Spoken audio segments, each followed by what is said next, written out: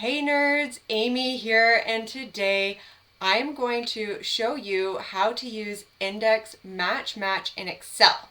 I'm also going to unravel some of the benefits of using index match over its cousin H or V lookup. So be sure to stick around as I am going to unravel a bunch of tips and tricks. All right, let's nerd out. So today at Amy's Animal Barn and Petco, here we have two data sets. The first one is dog food product names and product codes, and we are looking to return the brand. The second data set includes the product names and the brand names. So we are going to use index match to return the brand name from dataset 2 to dataset 1. Okay, so let's go equals index. The first item is the array, and this is the range of cells that contain the data that we want to retrieve. In this instance, it's dataset 2 because we are returning the brand. I'm going to press F4 to make this an absolute array. Now if we go comma, we are onto row, and this is going to be the match function. And the first item is the lookup value. In this instance, we are looking up the product name. So we will click this, and I'm going to leave that value as is. I do not want to make it absolute, as I want the formula to populate as we pull it down. Now, the lookup array is going to be the column that contains the values to be searched. In this instance, it's going to be all of column 1 because that has all of the product names. F4 to make that an absolute value, comma, match is going to be exact. Index match is a very precise formula, so I would always recommend making it an exact match. Onto the column. So this is going to also be match, and the lookup value is going to be brand. F4 to make that absolute because I don't want it to change as we pull the formula down. And the lookup array is where in this other data set are we going to find the brand name.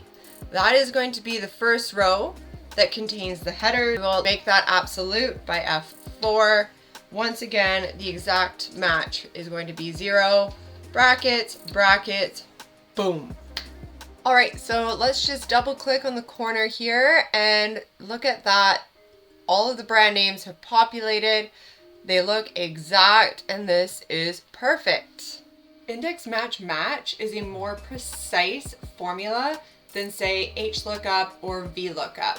So in this example, you will see that we are looking up the brand and then the specific product name. So this is always going to pull whatever cell is under the brand header and then associated with the specific product name in the row. Compared to VLOOKUP or HLOOKUP, you're just saying that brand is going to be in column 2. But what happens if we change that column?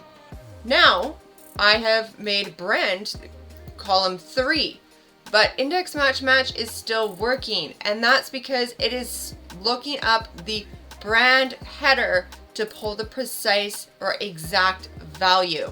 Index match is also more dynamic because here we have added a column, thereby changing our array, and the formula is still working.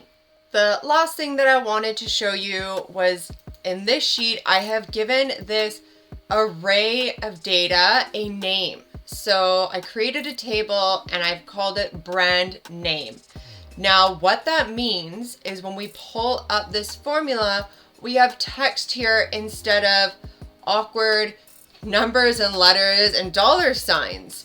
And you'll see brand name, all is the array. The row is the whole column of product names, and then the column is just the headers. And it just makes it a little bit more easier to read, compared to say this formula where you're really not too sure what is being mentioned in the formula. All right, so that wraps up this video, and I do hope that I have shown you how to use index match in Excel, and I also hope that I've helped you discover your inner nerd along the way.